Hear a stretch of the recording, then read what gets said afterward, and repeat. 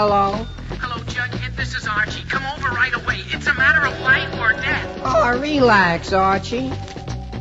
Attention, all true believers. Marvel Comics is on the air. A friend of the unfortunate, enemy of criminals.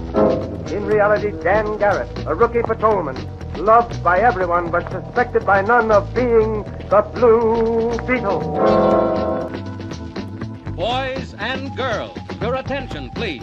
Presenting a new exciting radio program featuring the thrilling adventures of an amazing and incredible personality. Faster than an airplane, more powerful than a locomotive, impervious to bullets. Up in the sky, look! It's a bird, it's a plane, it's Superman! 10, 9, 8, 7, 6, 5, 4, 3, 2, 1.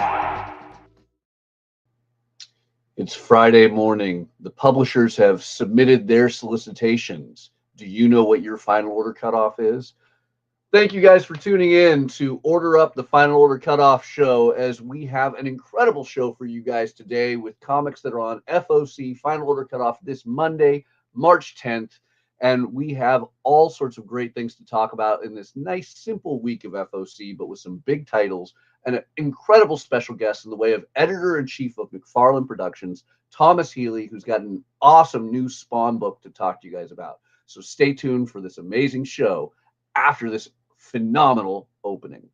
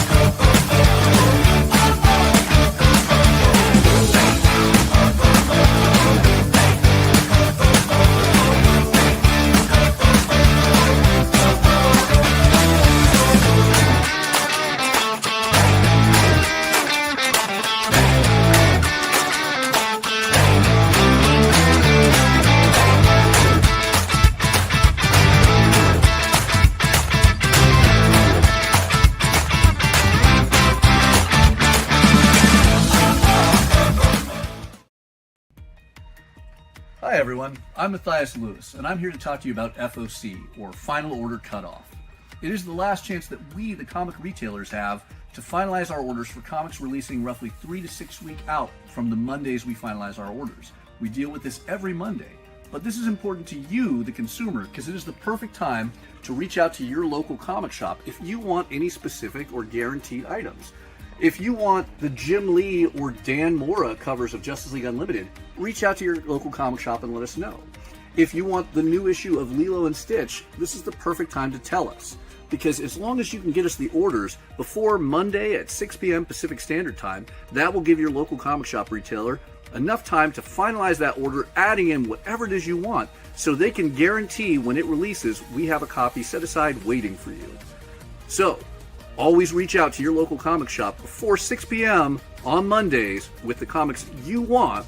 The sooner, the better, to guarantee they're waiting for you.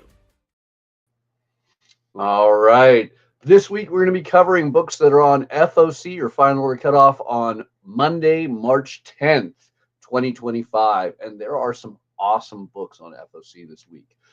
So I want to cough really quickly just to open it up and get it all set up. So I just want to remind everyone that if you want to follow along at home or look at all of the comics that are on Final Order Cutoff this week, you can go to previewsworld.com/finalordersdue to see everything from Image to Marvel, Dark Horse, Boom, IDW, etc. But if you want to see the focus of DC Comics, as well as things like Mad Cave, you're going to want to go to lunardistribution.com. Lunar Distribution, an alternate way of viewing some of these things, and the only place you're going to see the DC Final Order Cutoff. So remember, those are our two places to check those out. We're going to go over some of the more topical, hot new books and other amazing items on FOC, but not every single thing. So check those out and get your orders to your local comic shop as soon as you can. The sooner the better. If you don't, unfortunately, have access to a local comic shop, you can always find one at thecomicshoplocator.com, or you can reach out to us via the link that we have in the description and perhaps down below right now, and you can place an order and we'll make sure you get those books. So with Absolutely. that said, oh, thank you. There's our incredible co-host, Kyle Northwood. I do want to throw out, if Comic Shop Locator is not working for you, or because of the uncertainty, there is another alternative on the market that we have been researching and playing with and helping out around here, called findmycomic.store. Findmycomic.store, which is brought to you by the people from Sweet, which are geeks making tech for the nerd set. So check them out as well. Again, not as accurate as Comic Shop Locator, but they're getting there. Findmycomic.store. I like that. I was unaware of that. They just announced another thing, their answer to Comixology called Sweet Shop, and they have already partnered with Image. Interesting. That's really cool to hear. Now, the more you know. The more you spend your entire life staring at a computer screen looking at geek stuff. Well, on that note, I'm hoping you guys will all join us for the next hour plus to stare at your screen looking at geek stuff, so that way you can place an order for some physical comic books that you can hold in your hand in roughly 3 to 4 weeks. Absolutely. Oh, we're going to start that off at previewsworld.com/final orders due. As you can see, this is the wonderful homepage. You hit there, and you can see that these are comics that are orders are due Monday, March 10th. And I think we're going to kick it off with Image. I think that's a good place to start, right? It's what's on screen. Well, it's first. It's first, I mean, yes. As things go, you should always start with what's first. All right. My favorite part is our very first Image comic we're going to talk about this week is actually a Marvel comic going back to the 1980s. We're going to be talking about G.I. Joe, A Real American Hero, issue 21, because this is the classic Silent Mission issue. This is the issue that gave us our first appearance of Storm Shadow. It was an awesome solo story with Snake Eyes and is one of the most iconic G.I. Joe issues ever written or drawn, done by the incredible Larry Hama. It is getting reprinted over at Image Comics, the new home of G.I. Joe and the entire Energon universe. And not only are we getting it reprinted in traditional form, you can see this beautiful new B cover by Andy Kubert. There's going to be a foil option. There's going to be a blank cover. And it's going to kick off an entire month of Silent Mission G.I. Joe books. So that is really cool. You can see some of the covers available there. But as I said, it's kicking off a month of Silent Mission one-shots. The first of which is going to be Beachhead. Oh, yeah, that's Gromit. Sorry. Beachhead. That classic 1980s G.I. Joe I had to totally look up because I forgot who this, service member from Alabama was. But, he's like Phantom X, some 25 years before Phantom X's existence. But Phil Hester is going to give us another silent issue, standalone, and it's the start of several one-shots that are doing that. I'm excited to see how these other creative teams take on this iconic comic issue, not even just iconic G.I. Joe issue, an iconic issue. Because, look, Marvel was known for their Nuff Said. They even had an entire month where they did silent issues, and DC's done it before. Other publishers have tried it. But I want to say that G.I. Joe 21 was the most iconic. I mean, would you disagree? Is there a more iconic silent issue in your mind, Kyle? There is, but not one that anyone's read. No, there really isn't in terms of iconic. This is the most iconic. But that said, I don't love this.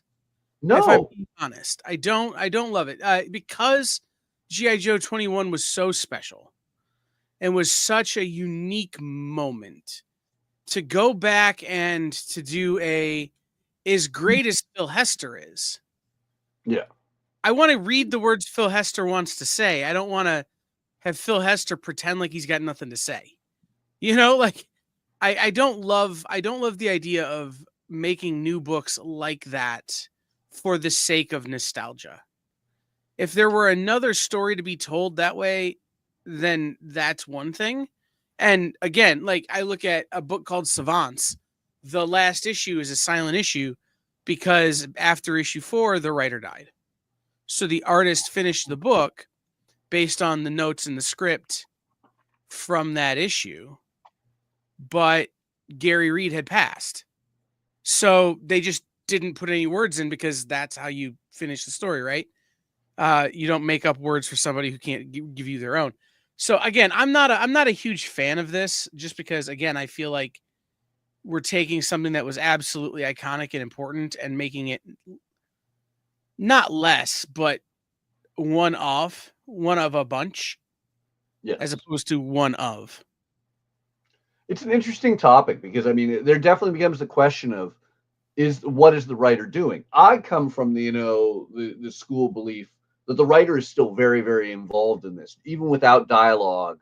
I know many years ago I got in an argument with an editor at Marvel when I was submitting something, that there wasn't enough dialogue and therefore my role was not as important. And I definitely believe that a writer's role is still very much important. It would be like saying, if a film, has no dialogue, is the director even, necessary? And I still feel the writer is not just the writer of the script, but the director in comics, and the artist is the actors and, the special effects. Sure, but again, when you have Phil Hester, that would be like having Kurt Cobain front your rock band, but then only playing instrumental music.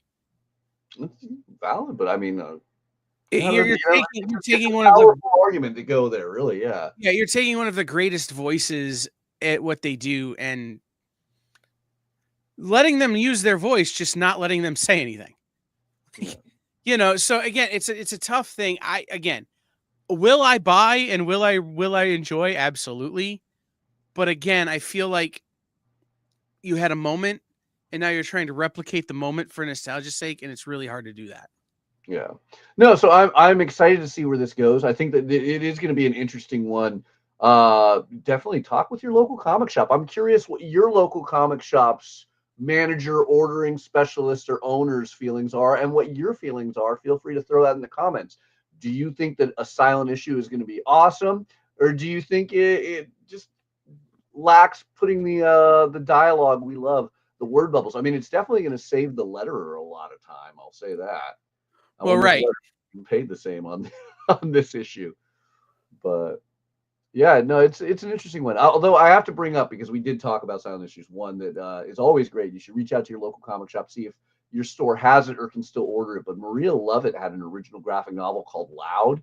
Amazing graphic novel about a nightclub, and the music's so loud there's no dialogue because no one can hear anything. That was, I think, a very powerful graphic novel, but Well, what was the graphic novel? Belka? What was that? Belka? Was that the one about the dogs? Yeah. It was. Yeah, that one was silent. There's a great graphic novel I love called Sumo, where all of the dialogue is essentially done in colors. It's not, there's no words, but you can look at the face of the sumo wrestler and the colors on the page, and you could tell sort of what they're saying or thinking to themselves. So it can definitely be done. I just don't, and maybe it has to do with G.I. Joe. And maybe it has to do with Phil Hester. I don't know. Maybe I'm just clutching pearls here.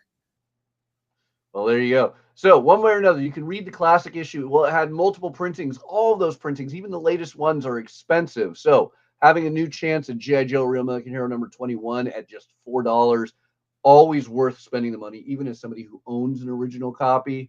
I'm going to buy the new Kubert cover, as well as probably the foil cover, because I give into that. Maybe you guys do too.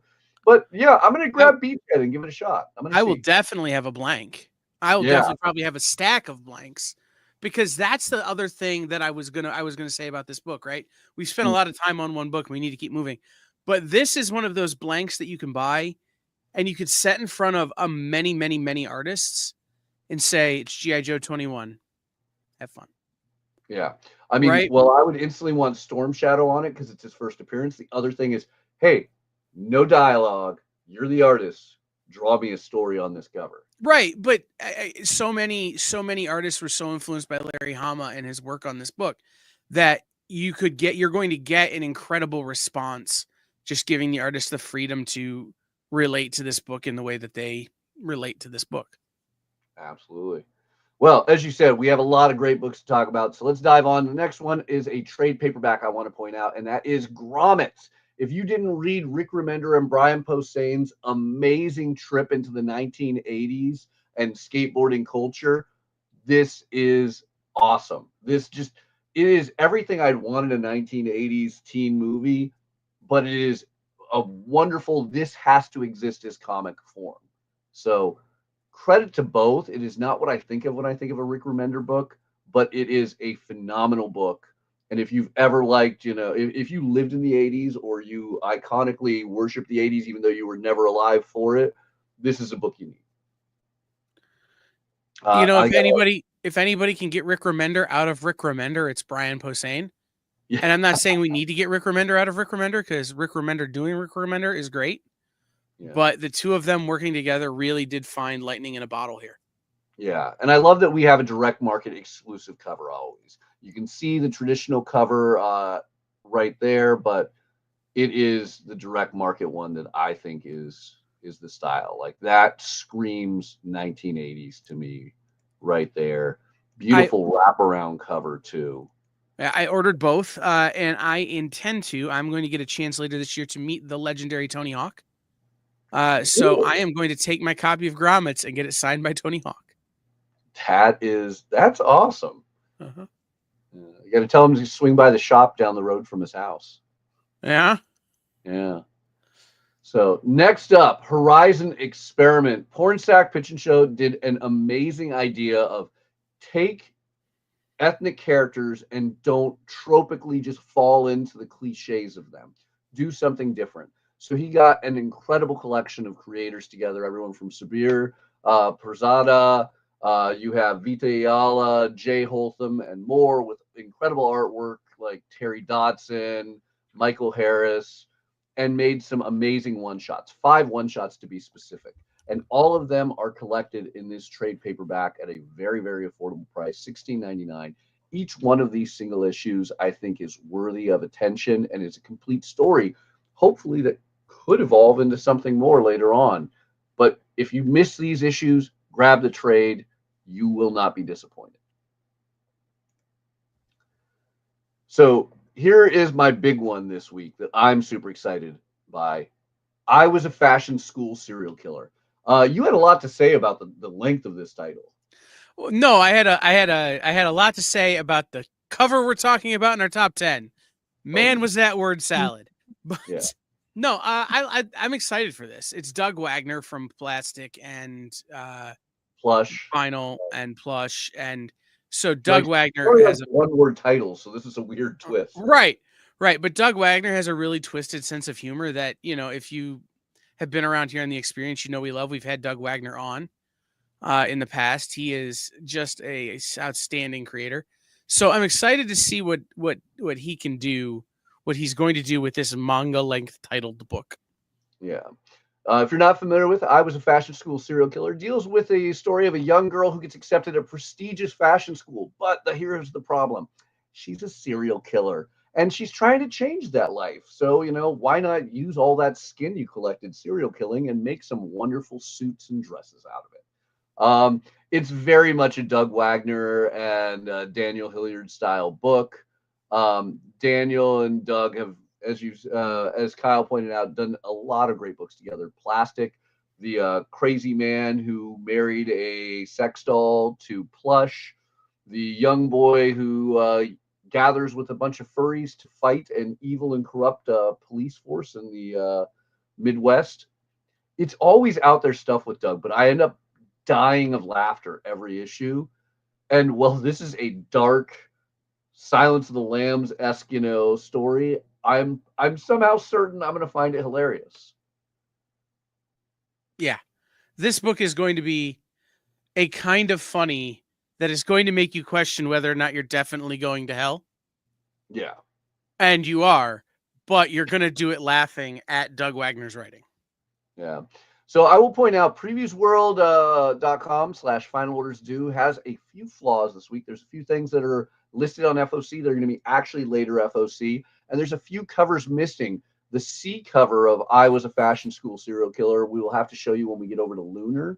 But this is, I'm sure, a little bit of the heartache that Diamond is dealing with their Chapter 11 bankruptcy still, and part of the heartache that a lot of the incredible publishers that once worked with Diamond, such as Image, are no longer directly working. So some of their data is a little off. You can always double check it by going to Lunar Distribution or just outright reaching out to your local comic shop, which is unquestionably filled with knowledgeable and brilliant young human beings that want to help you and have way too much information about how comics work. So, Young? Yeah, go ahead, Kyle. No, I was just gonna make a joke about young. Yes, I don't know. we're all young. Are We're, you suggesting I'm not young? I'm right. The a amount man of in the height of his. right. The amount of gray in our beards would suggest otherwise, but okay. But speaking of young, just shout out to Juvenile. This is the last issues on FOC this week. Spending 6 seconds on it. This book has been super fun. It's been wild. It's been crazy. It's been an absolute train wreck of a ride. So just, if you haven't read it, trade will be available for FOC soon. Pick it up that way because there ain't no way you're getting a number one. Yeah. So as always, there's a lot of things that are continuing on that we don't have the time to mention. Everything from Ice Cream Man to Monkey Meat, but a lot of great books that are worth taking your time and looking through Previews World or Lunar on there. On that example, though, Savage Dragon 277, I want to point out Previews World is saying is on FOC this week. It is not. It is on FOC at the end of the month. So you'll run into that. We also see that with Spawn 363. Beautiful, beautiful bar ends cover right there featuring the Queen of Hell, but not yet on FOC. Previews World has that wrong. You also see moments like Seasons right there. Speaking of Rick Remender books that aren't traditionally Rick Remender, Seasons #1, second printing, no cover image on Diamond, but don't worry. I talked to the guys at Image. There you have it. If you wanted to see it, that is the second printing cover of Seasons #1. The yellow is incredible. I liked the reddish pink that was the original, but that yellow shading, oh man. Yeah, no, that is awesome. Another one I have to talk about because we'll have the guest momentarily after we finish wrapping up Image Comics is the new Black Ritual, a book of Nyx.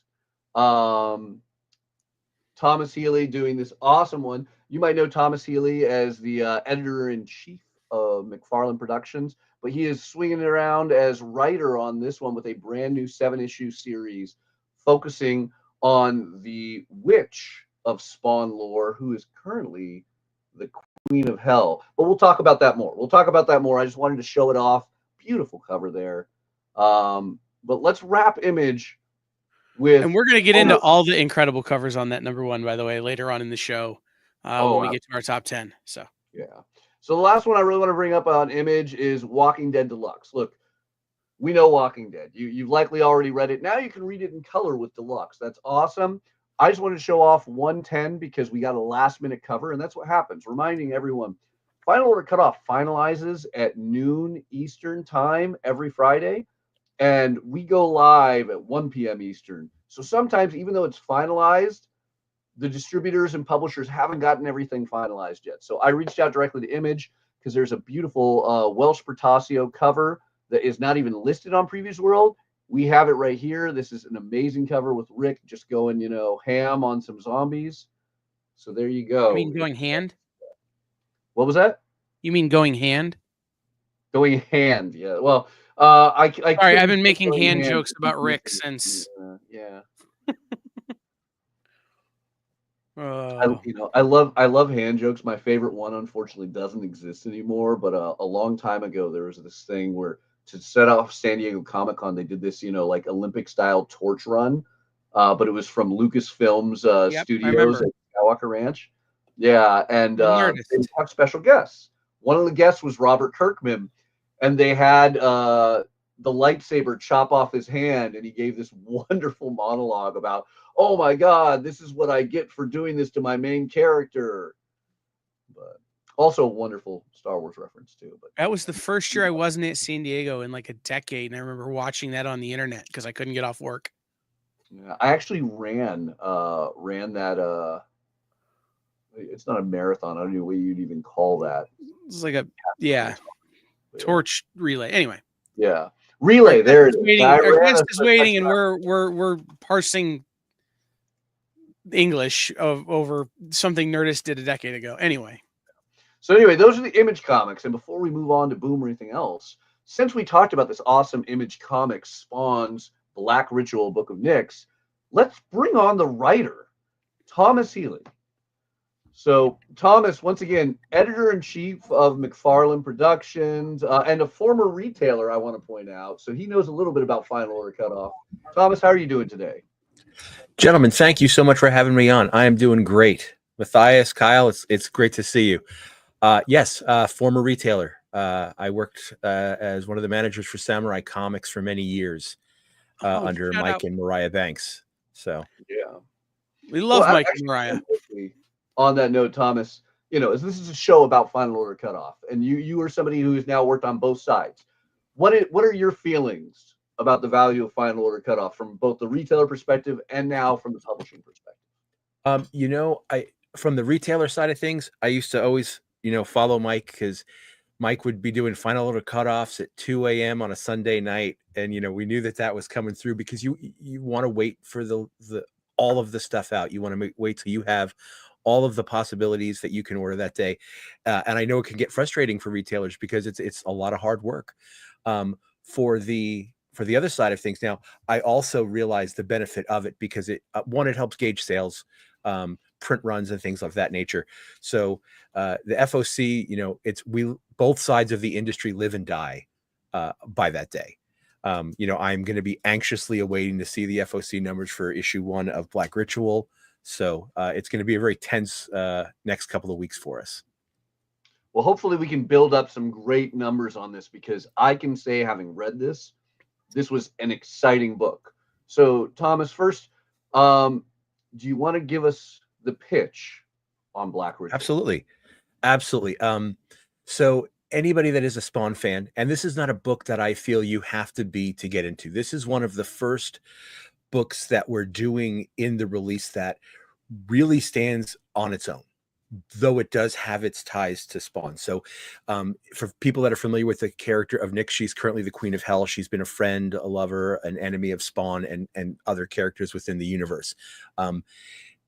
Her last appearance prior to her death in issue 300 was issue 184. This takes place right at the end of issue 184, and is going to be telling kind of her lost history of what she was doing between Spawn 184 and Spawn 300, in which she shows back up again, seemingly to have vital information of great importance to everybody in the universe.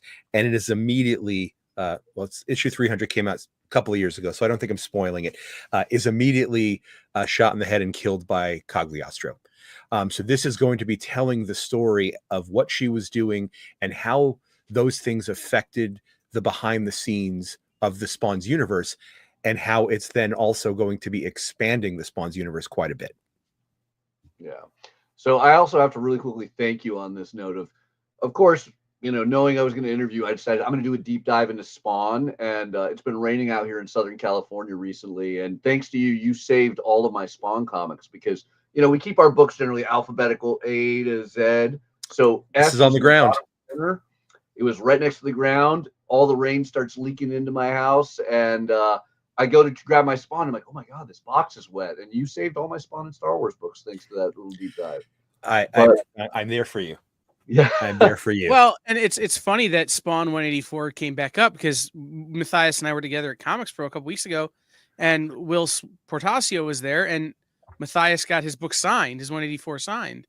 Well, I got my 184 signed by Brian Haberlin, who is also right next to Will, and I got my 185, which also ties to this, ever so wonderfully signed. So those two were definitely saved. But I got to say, I did this really great deep dive. It was awesome to reacquaint myself with the character Nyx. I love her, and I realize how much I love her now and how excited I am for this book. But then I went and read this book because you guys gave us an advance copy, and I realized I didn't need to do any of that. You took care of that from page 1. Yeah, that was the intent. When Nat came to us, he ran into Todd at Calgary Comic-Con, Nat Jones, the artist, who was actually one of the artists that was working when Nyx was in the book. And he said, Todd, I want to do another Nyx book. I want to do a focus book on her. And Todd said, sure, talk to Thomas. We'll get it set up. And then when Nat and I got on the phone, he goes, so where is she right now? And I'm like, well, she's the Queen of Hell.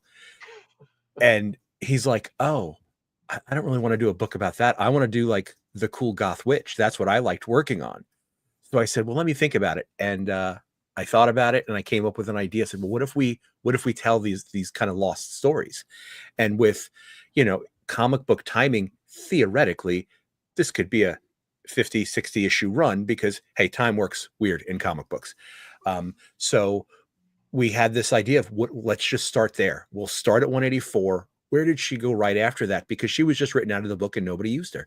So that's what this was. So yes, at the beginning of the book, you've noticed there's a little bit of the, hey, do you remember this from 184? But then it immediately just jumps into her own story. It'll be dealing with new characters. It'll be dealing with new events and a new way to look at certain aspects of the universe. One of the things that Nat and I really wanted to do based on our own personal interest is in like the occult and our own practices was to really explore and define what is magic within the Spawn universe. The Hellspawns have, necroplasm hell blasts, redeemers and angels have, divine energy blasts. But what is magic? It's not from either source. And in our minds, we kind of collaborated and said, magic should be the wild cosmic energy of the universe. And practitioners and people that can utilize that have figured out a way to manipulate it and use it for effect.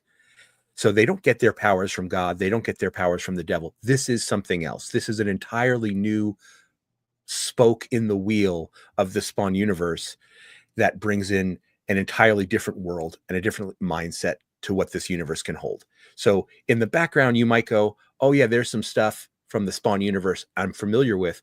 But for a new reader that might just be interested in a strong female character or interested in witchcraft and magic, this book can just be just that. And Spawn is not going to get kind of like shoved down your throat for that. Well, on that mention of, issue 300 and the new universe and all that, that was around the time you started with McFarlane Production, correctly? Around, I want to say issue 304? Yes, the first book that I actually worked on was the tail end of 303, and then 304 was the first book I was officially on as the publishing coordinator way back in the day. So yeah, Jason John Alexander was still riding high, and it was right after 300. So you were around for basically this modern, like golden age of Spawn as we developed the new universes. Gunslinger Spawn, the Scourge, King Spawn, etc., all launched. In fact, I believe you were editor-in-chief by that point in time. Yeah, that started, the conversations that Todd and I had were right at like the beginning of COVID. Everything shut down. People are working from home. We were still going in maybe like once every couple of weeks just to sit, the two of us. We have this big stone conference table. It's the conference table you would expect in the offices of Spawn. Big granite, thick table. And he would sit at one end, I'd sit at the other. We both have masks on. There's antibacterial gel all over the table, just keeping our distances. And at that point, the big two were talking about, like, if you remember, they were talking about going pencils down and stopping because all the shops were closed and they couldn't have customers. And there was a big pushback by a lot of the retailers going, no, but we can do mail order. We could do live shows. We could do curbside pickup. Please don't stop. And Image had conversations with Marvel and DC, and Image decided to side with the people that were going to continue to keep the books going. So we continued. And then at that point we said, but this might be a good time also to expand because people aren't going anywhere. Where are they getting their entertainment other than watching Tiger King? So that was where the initial conversation started between Todd and myself of, well, what can we do? And there's still hanging in the office. We had one of those giant like whiteboard, peel off the paper things. And we just started writing ideas, just the weirdest stuff that we could think of. And then started narrowing it down to, okay, Gunslinger, he's a pretty cool character. He could probably have his own book. What about a team book? What about a second Spawn book, but has a different feel, kind of like Batman and Detective? Both Batman books, but both kind of have a different feel to them. And that's where that all started. And that's where that came out of, and that spun out of it. And I was editor at that point. And I said, hey, you know what? I really would love that editor-in-chief title. That sounds pretty cool. Looks good on a business card. Looks good on my Instagram. And he goes, tell you what, if you can get all of the new books out over the course of this next year, along with the main Spawn title, and we don't miss a single deadline, go the entire year, we don't miss a single deadline, I'll make you editor-in-chief. And so we just pushed everything out. We got it to work. We put out Scorched #1, which was the last new book. And I was heading out to dinner with my wife that night, and I got a text message from Todd. And in my car, like, it plays my text messages, it voice this. And I'm like, oh, why is Todd texting me? And I hit play, and it says, hey, Thomas, I was just looking at Scorched #1. You made an error. And in my head, I'm going, oh, man, that's always the worst. He goes, yeah, you had yourself listed as editor. It was supposed to be editor-in-chief. Congratulations. and that's literally how I found out, via text. That is awesome. I mean, It's it's got to be a big honor way, right? too. That's the most I'm Todd sorry? way to do it too, right? Is to like, 100%. just bury the lead like a little bit. Totally. Yeah. That was the most Todd thing to do. So, and then from there, the four books, that was wave 1. Wave 2 was some other books that were, again, still kind of really entrenched in the Spawn lore, with stuff like Rat City, Deadly Tales. There's been a few mini series, Misery, which is obviously dealing with Cyan, Wanda and Terry's daughter. And now we're approaching wave 3, going into 2025, 2026, which is now the first kind of batch that, while existing in the Spawn universe, are not intrinsically tied to you knowing any Spawn lore. So you've got stuff like Black Ritual, you've got stuff like The Curse of Shirley Johnson, Bloodletter is coming soon, and you're going to see some of these other books, and hopefully they do well. In my head, and I don't want to say this is coming with no ego. I don't think I'm the greatest writer in the world, but I would love to take some of these books like Black Ritual and say, this is kind of like the Vertigo stuff that TMP can produce. It's just a little bit outside the norm. You still have the nod to the main universe, but this kind of exists in its own kind of ethereal area. And you led us perfectly down that path with that, because, as you mentioned, so this is like the third wave, and this is where it really feels like now we are in a universe. This isn't all, I loved the stuff coming out of 300 where we had, Scorched and, Gunslinger, because I love seeing the other characters and have the focus not simply be on Al Simmons. But now we're really seeing beyond the realm of Spawn. And I think more so than ever, this is a book you can have never read Spawn in your life, dive into and say, wow, I like this character. I like this dark, wicked, tone. Even though I know nothing about Al Simmons, I haven't even ever seen the Spawn movie or cartoon. This is a brand new book for me, and I'm loving it. You 100% can. Yeah. Like you mentioned earlier, there's a couple of pages in the beginning that just give the longtime readers that little bridge. But if you were to skip those and just start with that first scene of New York City, this could be a new book, and you can pick it up and read it without having any knowledge of the Spawn universe and just go, she's a badass character. I really dig her, or I'm excited to see where this is going. Well, Okay. and that was something that I grabbed really fast, is that I haven't read Spawn since 300, 301. Like, I've been buying it, but it's been just kind of accumulating. Like, I'm omnibussing it at this point, just because I'm reading 65 books a week at this point. So picking this up last night and really digging through it, I went, hey, wait, I see a character out of the corner of her eye in that scene in New York, and she's going, how did he get here? I'm going, wait, was that who I thought it was? And then boom, next page, you explain who it is, and you give them a little hint, and then there's a full page splash. And I'm going, oh my God, I want the original art. Like, so it's That's this page idea. that's page 13. I know exactly what you're talking about. It's absolutely Yeah. It's beautiful. Yeah. He No, owns that art. it may or may not be my phone background now. Like, it's one of Oh, those. good Like, to hear. yeah, I mean, it's one of those. Is it's this perfect image. Yes, it's page, page 13. Page 18 in the PDF, Matthias. But it's I was looking it up in the background. because I know how you are. But no, there was a little blurb that was like, this is who this is. This is kind of what their role is. This is why it's weird that they're in New York, and it's just like, oh, okay. I remember that now. Okay. I could draw the lines from my Spawn lore that has been dormant for a couple of years. And now, like, it gives me this moment of, okay, let's get off the rails. And I really appreciated that about this. Yep. Well, and I So, got to but point out, like, it's very easy to, like compare this to, all of our Spawn knowledge and Spawn lore. I mean, many comic fans have been reading Spawn for decades. And like I said, I'm sitting there comparing the first few pages of Nick's to, my 184 and watching the comparison of Haberlin drawing these story moments and now Nat drawing these story moments. But I want to emphasize for people who are watching this and haven't read Spawn ever, how valuable this is. Can you give us the pitch of, like, I've never read Spawn in my life. What is Black Ritual? Easily.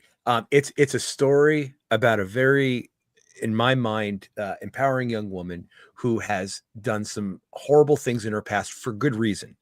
She's alienated a lot of the people in her life that were her support system.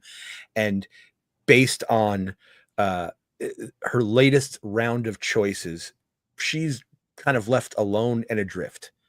And when you're alone and you don't know where to go, you tend to gravitate to places that bring you comfort, that might bring you good memories. So she ends up back in New York City, knowing that not everybody there is really going to be happy that she's back, because she's burned a lot of these bridges.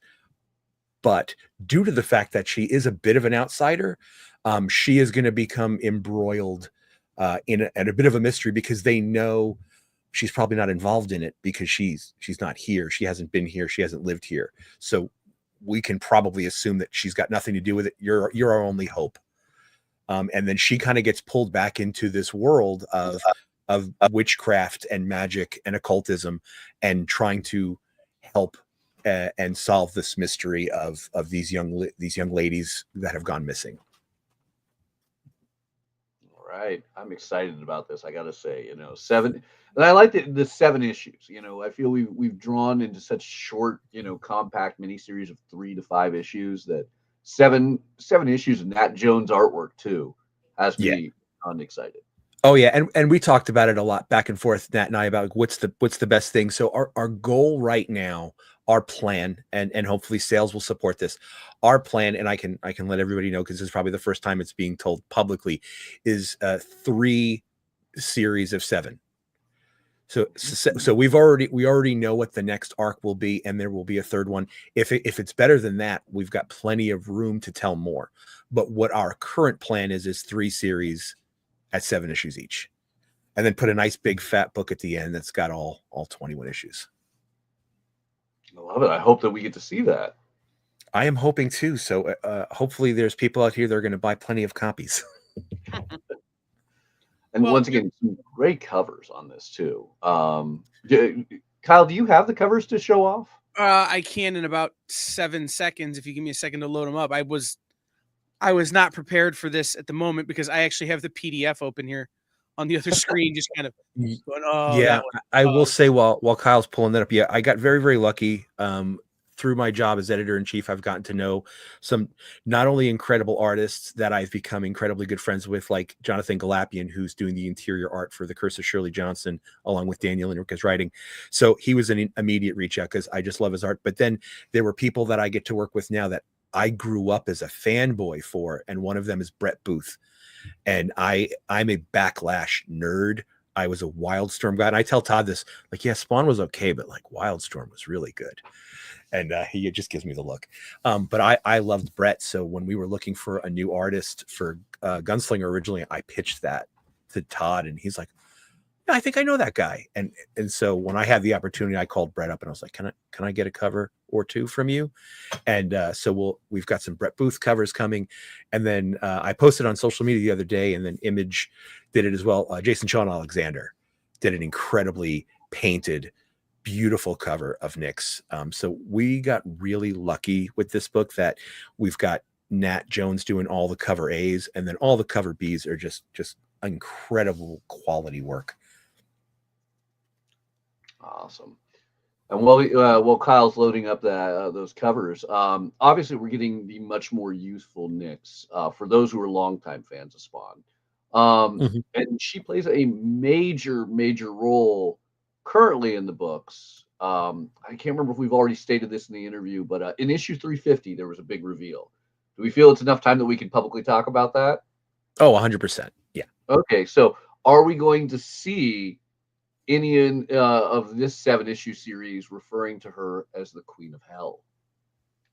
No, we really want. I mean, other than, I don't want to spoil what's in the issue, but there's an interesting double page spread in that book. But we really want to focus on her journey, on how she got there, not that she's there now. Okay. To us, that was what we really wanted to do. There's still a lot of fans that loved Nyx, the Gothic Witch character, and we didn't want to gloss over a lot of her history, because a lot of it was her in the shadow of Al Simmons, and he casts a very, very big shadow. So this is kind of the first opportunity for that character to really just stand on her own, be her own woman, and be the focus of the story and the plot. So we're going to spend time with her where she is at this point in time, which is, again, fresh out of 184 on her own, and just kind of finding her place in the world. Obviously, the very last 3 pages kind of set the stage for what her driving force is and what her goals are going to be. And the Book of Nyx is, I don't think this is really a spoiler, but the Book of Nyx is the book that she decides to write, to go, I know what's coming, and it's horrible. I'm going to write all of this down, so hopefully somebody can help stop it. And that's her journey, is filling up this book with as much information that she can to stop whatever's coming in the future. So now I have to ask, because as you pointed out, this is the Vertigo of Spawn.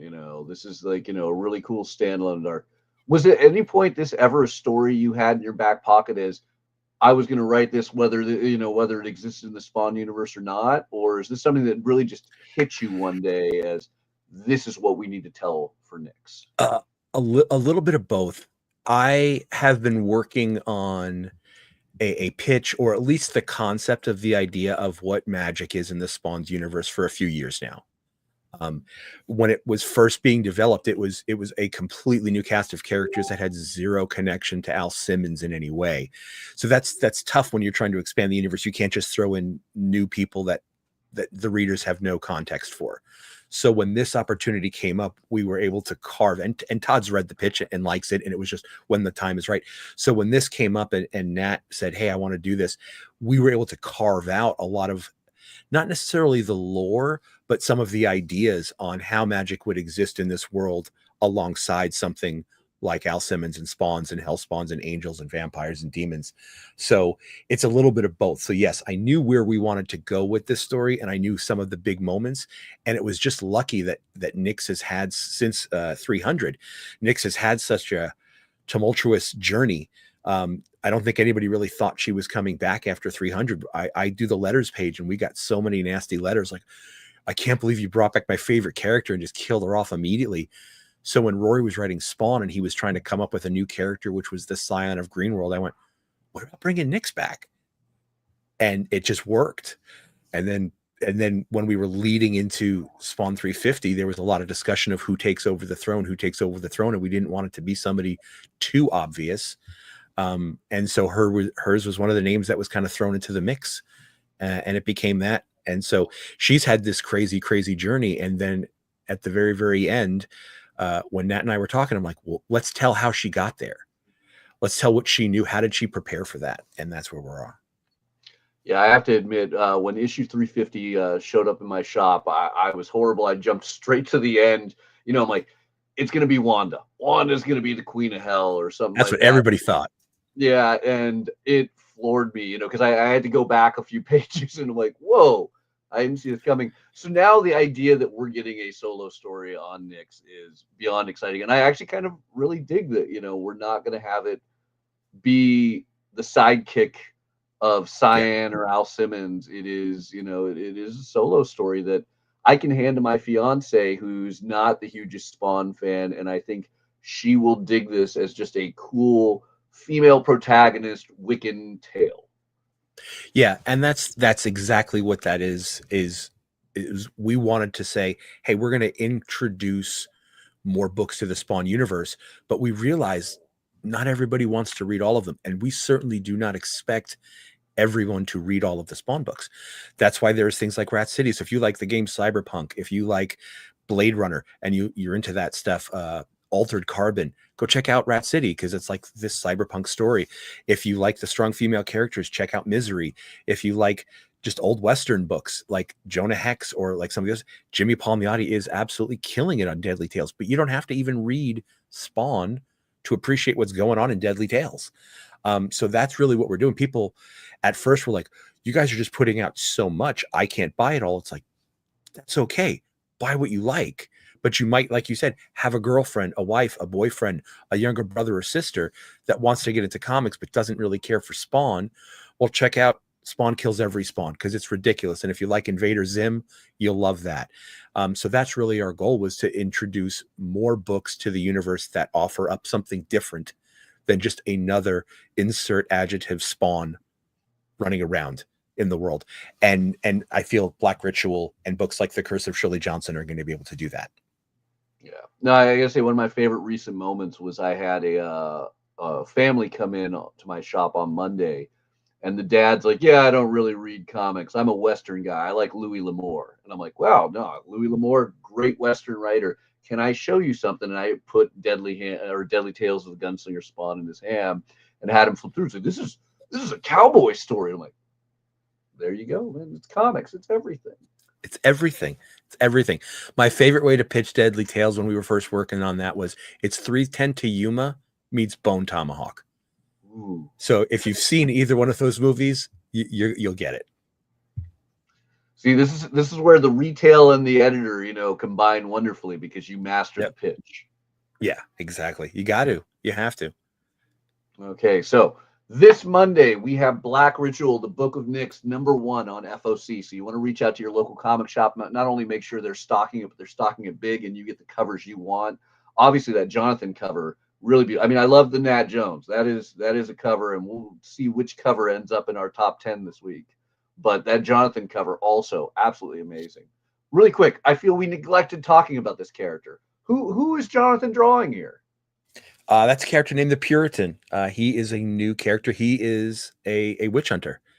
He's a witch finder that harkens back from a lineage going all the way back to the pre-Mayflower days. And he is just part of a group that have taken this belief that witches are a complete and utter abomination, and they don't care about the demons. They don't care about vampires. They're there to hunt down the witches. And when we were talking with Nat about that, and I said, the one thing I really want, and I know it's going to be goofy, like if every time I think of Puritans, you think of the big tall hat. And I was like, we don't have to give him a hat, but I wanted to give him the blunderbuss, the big rifle with the big, it's like a clarinet horn end. I always loved that growing up. So I was like, can we give him like a modern blunderbuss? So if you don't know what a blunderbuss is, guys, just Google it. It's a very cool old school hunting weapon. So he's got that, but basically it's his job to find and eradicate the abominations or the filthy hexen, as he refers to them. See, and that's why I identify with him, is I play a witch finder in my D&D campaign. So nice. Yeah. But can we talk about the this cover? The Virgin. Mm-hmm. I just love the whole witch finder, the whole, Puritan, but with the neon cross sort of. Oh yeah. This was fun. I'm a big fan of the vaporwave aesthetic. I love old school neon and stuff like that. So Jonathan was asked to do a cover, and he turned in cover B, which is that orange background. And then again, the cross isn't really there in the first one. It's like the cross was removed, and that's like the dirt and grime that built up around the cross. So it was kind of like the empty space of the cross. So I said, hey, I really love the figure. Can we cut out all the color and just do a shot of him in a black background? It'll look cool. And we felt it was still missing a little something. And he had done a really cool freak cover a while back for us, where he lit the freak with like red neon. And it looked beautiful, and it was so neat. And I said, do something similar like that. Like, give me like this neon cross in the background just for something different. And he went purple because the Nyx's color is very, very purple. And it just came out really, really cool. And I just was like, this is going to be probably the hot cover. I think people are going to just dig the whole vibe and the whole aesthetic of this. Yeah, Kyle, can we go back and forth on those two covers really quick? The coloring difference and everything, it's just beautiful. Yeah. And I love. Oh, I didn't realize the cross was just slightly off center on the B cover, but yeah, like it is amazing just seeing the comparisons of just the value of a colorist also. And I'm going to give that all to Jonathan. Jonathan colors his own stuff, so he just did just enough to make it just something really, really special and different enough that somebody went, oh, it's just a Virgin without the logo. All right, it's nothing too special, but I feel like both of these covers are they're different enough to go, I want to get both of them. They tell different stories. I for need sure. both. Yeah, 100%. 100%. I think Kyle was, admitting to me earlier how he's going for every single cover on this book. Well, and I do have to say, I was texting with my LCS where I have my order for this in, and I may have thrown off the numbers in the number of this cover that I ordered. I'm a fan. Now, I'm not an artist, but I'm a fan of the black sketch covers. I know some of the artists prefer the white because you can do more with it. I get that. More pens show up on it. It's easier to just do a quick sketch with like a Sharpie. But I've just seen some incredible art with the black ones where people just kind of use white and negative space. Obviously, the book being Black Ritual, I was like, I just want black and purple all over this. So we kind of went with that. And down the road, for those that like the white ones, we'll get a white one out too. Well, thank you for the order. I already have 2 commissions signed up for this one, where nice. The instruction is graphite only. No inks, beautiful. Just the graphite, and because that will pop off, and as you move the book and the light hits it differently, you'll see it differently. It'll work really well. So, needless to say, let's put it this way: it's more than 10, but less than 100. Fair enough. Well, and I like to hear that. It's part of, hey man, are there incentives? Like, I don't see incentives, but like if you can order me more black covers and get you to something, help your image discount, like go for it. I'm gonna buy them one way or the other. So and that's something I have to point out. For those of you guys who are reaching out to your local comic shop after you watch the show each week with your orders, that is an important one. Because if you plan on just walking into your store to grab books off the wall and you want to get a large quantity of something like 50 copies of a blank cover, a lot of stores don't plan for that. They don't. But it happens. People want that. I can't tell you how many times I've had people like, hey, I want more than a single copy, whether it's because they think it's going to be valuable and they want to flip it, or because they want to pass it to their friends and family, or in the case of blanks, they want to get a bunch of different artists to do different takes on the characters. And that is why it is always important to talk with your local comic shop, communicate with them, and let them know, because I can guarantee you there is not a comic shop in America that doesn't want to sell more books, but they want to make sure they have the books for you. Yeah. And that's a big important thing. And one thing that we do, and it's not necessarily an image thing, it's definitely a TMP thing, is Todd tries to get it. And as a retailer, how difficult it is sometimes to gauge sales numbers, because again, sometimes a number one that's got a bunch of variants and ratios and stuff, it throws off your numbers. How can you tell what was true sales versus the hype? So when you're trying to gauge for issues 2 and 3, sometimes it's hard for you to kind of plan for that. And that's one of the things. Typically, we don't do a ton of ratio variants on our books. We try to keep everything at a cover price, order all. And we try to just keep roughly the same amount. So you're never going to see a book usually launching with 10 covers and then it goes down to 1. We try to maintain it across the board. And the other thing we don't really do is we don't overprint a lot. So we print to FOC numbers and then a little bit higher to adjust, obviously, for damages and stuff like that. So yes, letting your retailer know, because it's not like you can show up the week later and go, oh, you know what? I heard that book was good. Can you order me a copy? Because we don't overprint a lot. So a lot of times, like, our book is already sold out and we don't scream from the rooftops, it was a sellout, just to get a second print going. It's like, we're trying to help retailers place the order so they know we're going to sell X amount each week and it's rarely going to change. So yes, like Mathias is saying, get your pre-orders in early, because all that does is help your local shop owner. Yeah. Although I will say, as much as I love everything that you guys do with that stuff at McFarlane, I do love that cover, amounts in the match, that you guys don't make it so, because Spawn fans, they're fanatical. They want everything. I don't have to get 1 million copies of the 1 in 25 or 1 in 50 because they don't exist. It's the B or C cover. You can order it. But one thing I do love is, yeah, if you guys sell out, you guys have always been really wonderful about getting the second printings. When 300 sold out multiple times, I was able to keep getting new printings in, so everyone who wanted a copy was able to get a copy while still having the first printing covers be rare for the collectors who wanted them. Yep. I just made a terrible, terrible mistake. I clicked on the covers of number 2. I'm gonna be so broke. The Danny Earls cover of number 2. Oh my god. I have, if you care, I have a very interesting story about that. If you want, yes. I mean, you could probably, I mean, you can put it up. It's, I think it's gone live. I'm gonna pull up the art. All right. So I've been a fan of Danny Earls for many, many years. We've been chatting on and off for a couple of years now. He's a former professional soccer player for both teams in the United States and over in England. And I'm a huge soccer fan. So that's kind of how we hit it off. And at New York Comic Con last year, I went by to visit his table, and he had done a bunch of sketch cards. And some of them were just small, and some of them were, you know, about 5x7s. And I like, if you follow my Instagram, I'm into the occult, I'm into weird stuff like that. And he had this sketch card, which hopefully we'll see up on here in a minute, and because it's our cover B. And it was just black and white, and it was just a black and white sketch, and it was nobody in particular. And I just said, Danny, I love this image. This is so creepy. This is so weird.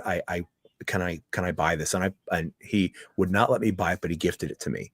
And again, it's just a little 5x7 sketch card. And I got it back to the office, and I put it up on the wall. And then when we started coming up with covers, this image just kept standing out to me. And I gave it to one of our interns, and I said, scan this, get this high res. Is this going to get clean enough for a cover? And we did. And then I sent that out to get colored, and they added just the brightness to the crown.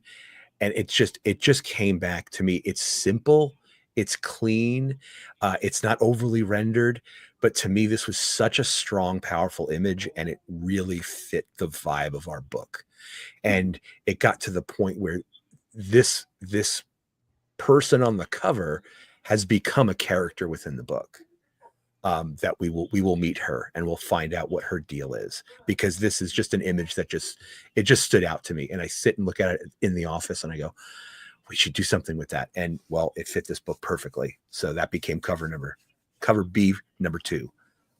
So yes, I'm glad you liked it, because I fell in love with it the first time I saw it, and such a simple image.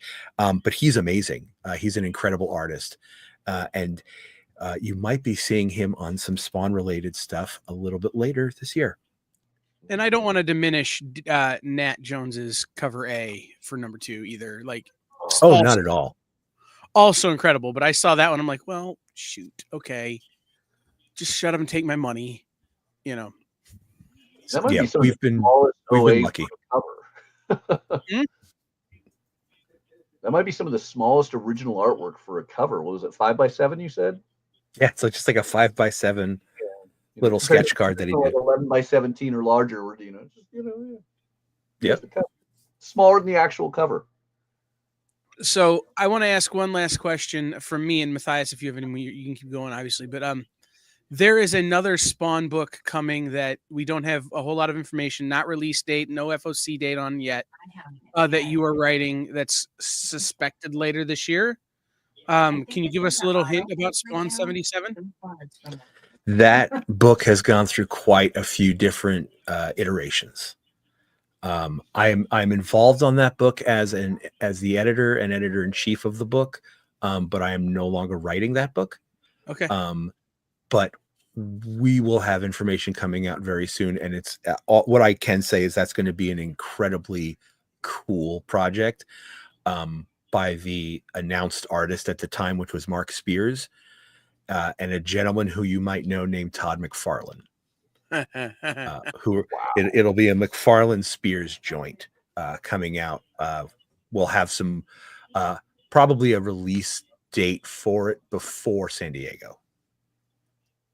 Awesome. So we'll have to keep an eye. So that project is still 100% happening. It was just rejiggered content wise, and then everybody kind of felt, since this was Todd's original sketch, we kind of wanted a little bit more input from him. So then it was just like, well, Todd, why don't you just write it? And so there we have it. Hey, And that's, you know, that's something that I wanted to highlight, because I thought that might be somewhat what was happening, right? Is that there was going back to the drawing board, refiguring, maybe moving some people around. Guys, you hear these announcements for these books a lot of times before the books are done. And when you have Oh, a very universe much like so. the Spawn universe, just because something's out there on the internet doesn't mean that's what you're getting. So always be checking your FOC, checking your previews catalog, checking your you know, the different things as information comes out, and staying up to date with your LCS, going, hey, I still want this book. I don't really care what they do to it. I still want, you know what I mean? I don't care how long it takes or who's on it. I still want this book. Because this is all kind of Yep. bundled. I don't think it would hurt All right. to just leave Well, it on that note, Thomas, I want to remind everyone again, Black And just Ritual. Get your orders to your local comic shop before Monday at 6 p.m. so all of the stores can get their orders adjusted and make sure they are well stocked on this awesome new series when it releases at the end of the month. Thomas, before we let you go, you mentioned your awesome Instagram. Where can people track you down if they want to know more about things you're writing or working on with TMP? I'm pretty much Thomas Healy everywhere. So I don't have a Twitter anymore, but Instagram is where I'm at pretty much every day at Thomas Healy. I'm on Blue Sky as Thomas Healy. I'm on Facebook. I'm pretty easy to find everywhere. Just look my name. I don't really have a weird name to hunt down. Just look up Thomas Healy and you'll find me. I'm pretty active on the Reddit. So if you go to the Spawn forums, so not Spawn forums, but if you go to the Spawn Reddit, I like interacting with the group there. They're pretty fun. And there's a lot of fun new upcoming artists and stuff. So that's always a lively group. So I'm there too. Awesome. Well, thank you so much for joining us. I, again, cannot express how excited I am about this book and how excited I am to get it into new readers, not only old Spawn fans, but people who have never opened or bought a Spawn book before. So this is an exciting one that I think everyone will enjoy. So thank you so much for joining us, Thomas. Well, no, really, thank you for having me. And then, guys, tune in Monday night at 5 p.m. Eastern, 2 p.m. Pacific. Thomas will be back talking to Jen King from Space Cadets Collection. In maybe a little bit longer form about career and about Spawn Universe and about being an editor-in-chief and about, I don't know what it's like working for Mike and Mariah. Like things like that. Yes. You know, that show is going to be a little bit more specific. But I want to thank you for doing both shows, man. This has been huge for us. So thank you so much. No, thank you, man. I'm down to come back, promote anything at any time, just talk about the Spawn universe in general. All right. We'll see you soon. Thank you. All right, guys. So that was really fun, but we have a lot more comics that are on FOC this Monday to talk about as well. And starting with that, we have to go big with Boom Studios. Boom, once again, still doing FOC at both Diamond and Penguin Random House. So for those of you guys who are the ones typing in the orders each week, keep in mind there are both to be dealt with. This is one of the last ones that will be exclusive to Diamond. It is Something is Killing the Children, issue 41. New big story arc there as we go back to the early days of Erica Slaughter's past and see how she was brought up in the House of Slaughter, some early tales of the Order of St. George, and more. So this one's going to be exciting. A lot of great covers from Werther Deladera onward through Jenny Frisson. Make sure you take a look and see which one you want. This is, I mean, it's Something is Killing the Children, one of the biggest books in comics right now. Moving in with the deep breath we need. Get ready for Marvel Comics. A lot of great ones coming out from Marvel right now. The final issue of Alien Paradiso. One of my favorites, though, is Annihilation Conquest. If you didn't read this sequel to Annihilation about 20 years ago, you missed out on one of the greatest sci-fi epics ever. Clearly, James Gunn read it, though, because this is where we get the modern Guardians of the Galaxy and, therefore, the Guardians of the Galaxy films. Dan Abnett and Andy Lanning give us Annihilation Conquest. This is the entirety of that event. All 12 issues, the miniseries leading into it. All 6 issues, the miniseries leading into it, and more in one thick omnibuy. There are 2 covers. I can't believe it's still only $100. It has its original omnibus pricing on this for this massive entity of amazing, amazing comics. So don't miss out on that.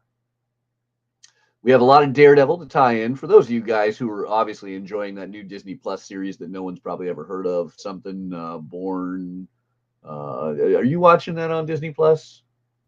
I haven't started it yet. I'm having big existential quandaries about it, mainly because I love Daredevil Born Again. I love the original story, even the part where Karen Page is really in some real trouble. So I'm worried that if I start watching it and they're not telling that story, I'm going to be angry about it. But at the same time, I don't know how I can stay away given my love of Daredevil.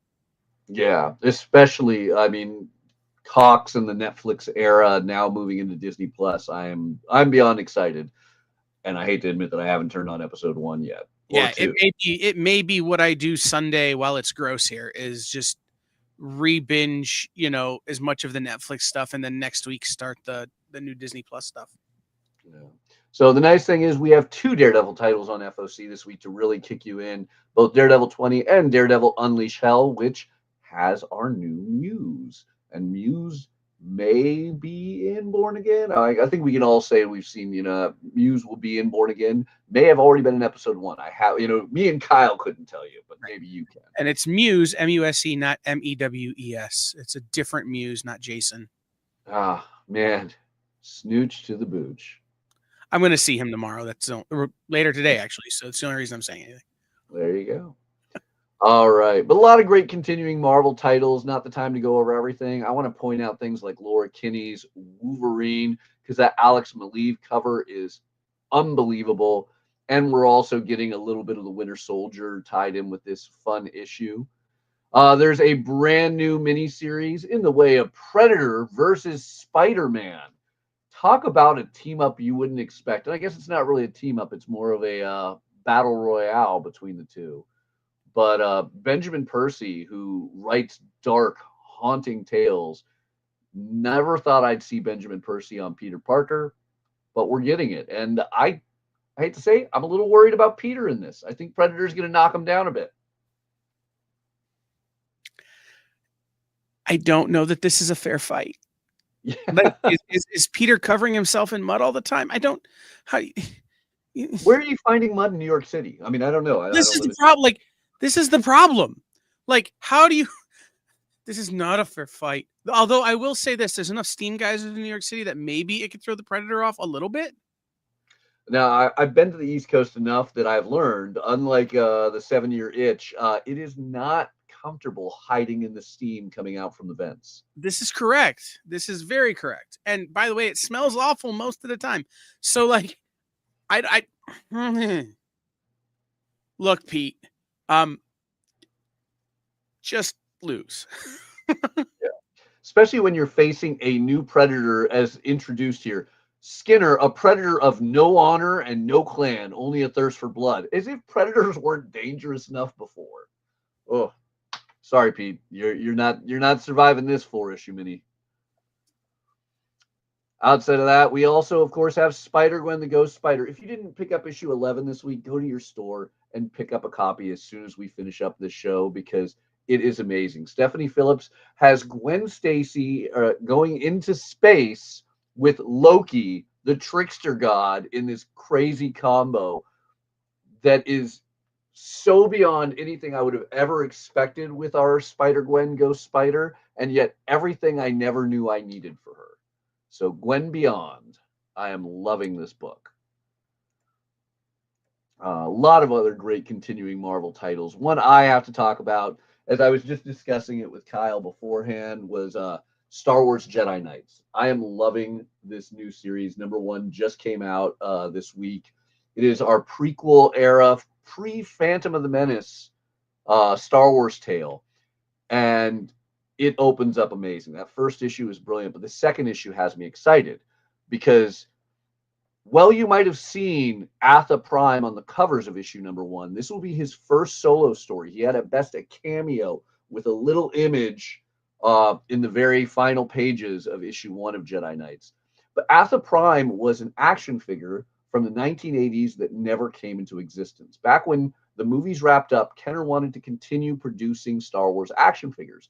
So they proposed an extended universe long before Lucasfilms approved an extended universe. So Lucasfilm unfortunately said, hey, this is great. It's beautiful. We love all this. We just don't want you doing it. Scrap it. Mark Guggenheim found out about this, and the new villain that would replace Emperor Palpatine and Darth Vader, Atha Prime, and decided we can't let this incredible design and cool character go to waste. So we're going to see Atha Prime make his first solo big appearance in Jedi Knights #2. If ever there was a difference between a cameo and a first appearance, I think it is going to be this. He appears in the briefest splash panel in issue #1. Total cameo. Even though he's on the covers of #1, this is going to be the big one. So you want an awesome first appearance of what could be a huge new Star Wars villain. Jedi Knights #2 is going to be it. Well, and just so you guys in the chat can understand the relationship that Mathias and I have, we were fact checking the solicitation before the show. Like there are not a whole lot of people who are going to spend time fact checking solicitation like we were so that we could tell you the right thing on this show. But it's true. We had to look it up. So just know, like, it gets real nerdy over here, and it's great because now we have this knowledge of this action figure that kind of got scrapped that's coming back as a character in a story at a time when the Star Wars universe is expanding rapidly, but not in a way that we got to know about before. Like, this is a part of the Star Wars pantheon that has never fully been explored by really anything outside of animation. So super fun time to be alive as a Star Wars fan in the Star Wars universe. Yeah, no, I'm loving it right now. Especially with High Republic starting to come to an end. I'm excited about Jedi Knights. I'm curious to see where Alex Segura will take us post Return of the Jedi. There's a lot to be said there.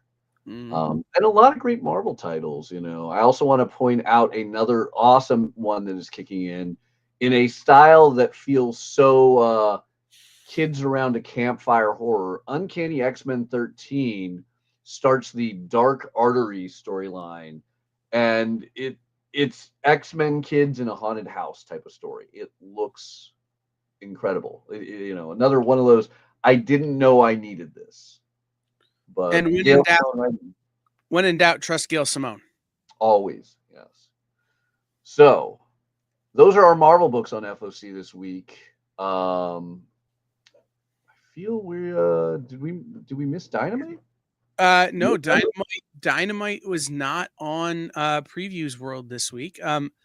Just remember, there is some shifting things, and there are things happening where Dynamite's going to have some skip weeks as we sort through some of the mishigas of the whole future of Diamond here. But again, if we go into the next section there, the comics and graphic novels, there are some very interesting things there. That if you're missing Dynamite, I think might be worth picking up. Yeah, absolutely. And I will say that means we're going to have a small error in our top 10, later we'll have to skip over. But that becomes how crazy this is once again, where we go an hour after things finalize. And if you go to your LCS and you place the order, it will be orderable, even if it's not this week. Yes. And that's always the thing. Like I said, we get this information an hour before we go live. So sometimes information literally changes as we're doing this show. I can honestly say, as Kyle had pointed out, we were fact checking things right before. One of the things we were doing is, as you saw, there were covers not up there, such as the Seasons cover and the Walking Dead cover, where we're reaching out to, sales and higher up administrative figures at Image Comics. I have DC covers that we were following up with the incredible folks over at DC this morning. And it's a wonderful thing also to say of how great these publishers are, how quick they are to respond, how wonderful they are. Even one of these that we're going to start off right here, those covers look amazing. And I'm like, is the interior going to be as good? The incredible Mark Hammond over at Archie got me a PDF. And I can tell you, one of the first ones I want to talk about, Archie and Friends Level Up, which is a standalone one-shot. as cool as that cover is, the interior is just as great as Archie and his friends kick into a distant LAN party and play Minecraft together. Or, well, an off-branded Archie Minecraft. But it has so many fun video game references. It nails it wonderfully. Well, even having classic old Archie stories giving you many different concepts of video games and how people played them together over the ages. Please tell me that when you go into build mode in Archie's Legally Not Minecraft, that when you go to build a vehicle, it's called Build the Jalopy. Well, you're gonna have to grab the issue to find that out. But oddly enough, there is a joke on that topic, so I don't want to spoil it. But yes, I mean, you gotta love a cover like this. You got clearly, Archie with his Minecraft axe. So even my son is gonna be like, I need to read this Archie issue. You get Pac-Man, Pokemon, and more, all in this reference, that classic Nintendo style packaging. It's amazing. Like, this is the fun level of Archie that I think every generation can enjoy, but this is going to drive some young kids who perhaps may have never picked up a comic in their life into giving not only a comic a shot, but specifically Archie. This is going to be a fun one. The Dan DiCarlo cover there is Pac-Man. Yes, absolutely. It's the Pac-Man pattern. This is a way of reintroducing Archie to people just through the nostalgia of, oh, hey, I recognize that cover. Let me look at this book and pick it up. And then they see the insides. And, you talked about Minecraft on the other one. We talk about Pac-Man on this one. Marvel and DC have both done things with Fortnite. This is a great way to connect to a reader that might not otherwise be a reader because of the video game love. Yeah. So on that note, let's get everyone ready for indie books. But before that, let's do a really quick commercial break. And we will be back with the rest of indie, DC, and more. Sure, comic books are beautiful, but underneath, there's something more authentic and exciting. The original art. See the pencils, the lines, the shading, as if you were there in the studio watching the artist work. Getting a peek at comics' backstage is easy with the original art experience. All right, Friday night, guys. Thank you for being here.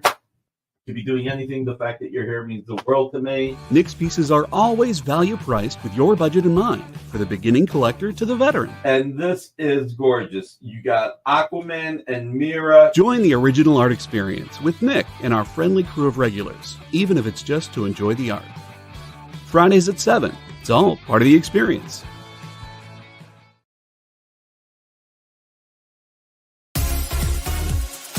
Did you know that Arthur, King of the Britons, and Monty Python and the Holy Grail was played by a famous Graham? Check out another famous Graham by following our Instagram.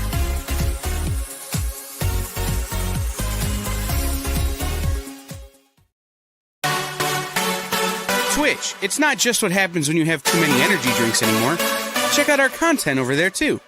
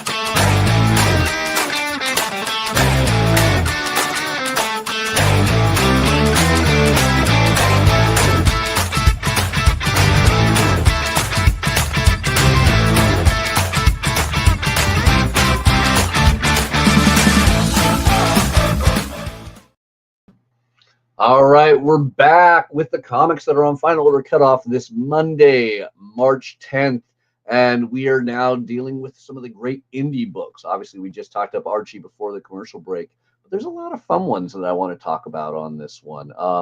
One of the biggest that I feel the need to go into, oddly enough, is a Zenoscope one, Grimm Fairy Tales Alice in Zombieland.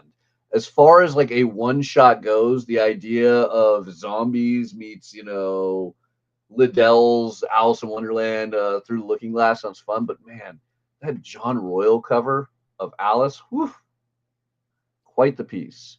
I'm really excited to see what Joe brings us in this weird combination. I mean, Xenoscope always will do the dark horror, but zombies in Wonderland sounds fun to me. Absolutely. And that one of the other Xenoscopes that are on there this week is Grim Fairy Tales Once Upon End of Time. Yes. Which they seem to be jumping ahead to the end of the Grim Fairy Tale story, but without any intention of actually ending it. So this will be the first chapter of the final chapter, could be super fun because that has been a long running favorite of so many of us.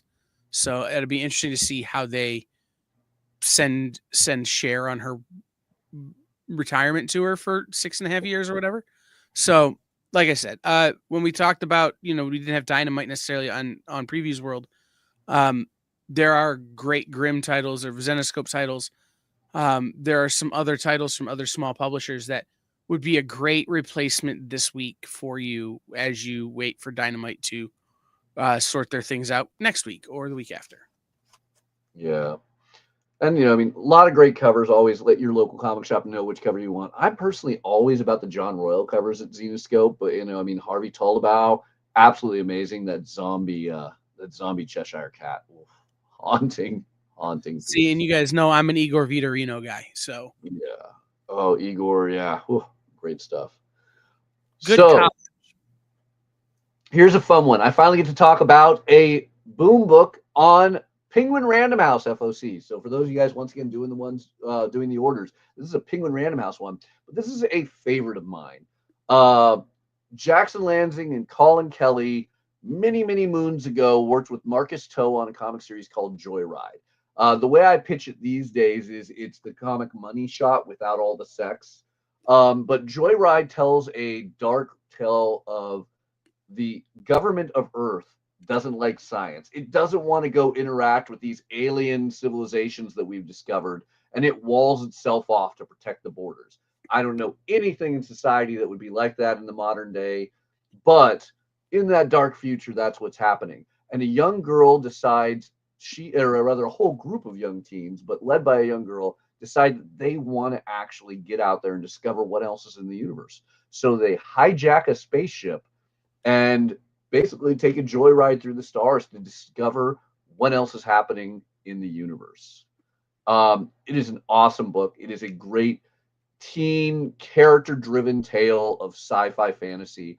And it's what else would you expect from the guys who are currently helming all of the Star Trek stories? This is early Jackson and Colin, and yet it is them still at their best. I love that you're going to get all 12 issues, $20 in this trade. Ridiculous deal. So another one I got to point out, even though it's issue 2, is Mothra, Queen of Monsters. If you didn't grab this on your local comic shop stands this past week, you need to go in. This might be my favorite Godzilla book in recent memory, and it doesn't even feature Godzilla. You're getting a classic Mothra tale. You're getting some time traveling. You're getting giant kaiju level dinosaurs, and you're getting a wonderful bit of baby Mothra in there. Like, Sophie Campbell is kicking so much butt on this. Matt Frank's artwork is phenomenal. So I just had to emphasize again, go grab number 1 and get your pre-orders in for issue number 2. You will not be missing out. I've never wanted to give Mothra scritches until that cover. I'm just saying. I know, right? It's actually such a one of the biggest issues I feel with Godzilla comics often is we want the kaiju. So we don't have a really great character drive. They're characters that are unique to that miniseries or anything. Mothra has always had, the fairy sidekicks and twins and all that. Right. And they make a great character drive for this comic. That's the joke we make a lot of times. I'm into Skim It. Give us Godzilla. I don't care about the people. Yeah. No. Let him eat them. I don't care. Give me Godzilla. But no, Mothra is distinctly not that in a good way. Yeah.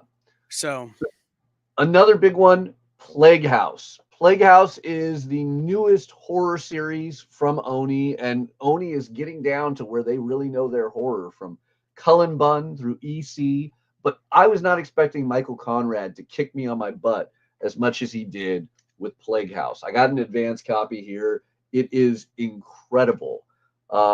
Plague House tells the tale of what makes a haunted house truly haunted, and that it is far more than the traditional. But what I love is Michael Conrad does this so powerfully narratively driven that you're just reading the captions and getting sucked into the story, and then it'll switch to Dave, the artist, just doing like wordless panels that drive the story, and it goes so back and forth on this seamlessly that it is not like any other horror book I've read in a while. It is an intense pull as we deal with a group of paranormal mythbusters of sorts that go around to various haunted houses and generally always disprove them. Now they've come across the house that you can't disprove because some bad things happened in it. And be on the lookout for a forthcoming interview here on The Experience with Michael Conrad and Dave Chisholm talking about Plague House. And I'm still working on getting Dave Chisholm to come and talk about his other great book that is coming out from Mad Cave called Spectrum. So, ooh, yes. Yeah, I do love that, we are in an era, I feel, of great creators who are moving around from publisher to publisher, sharing their incredible strengths.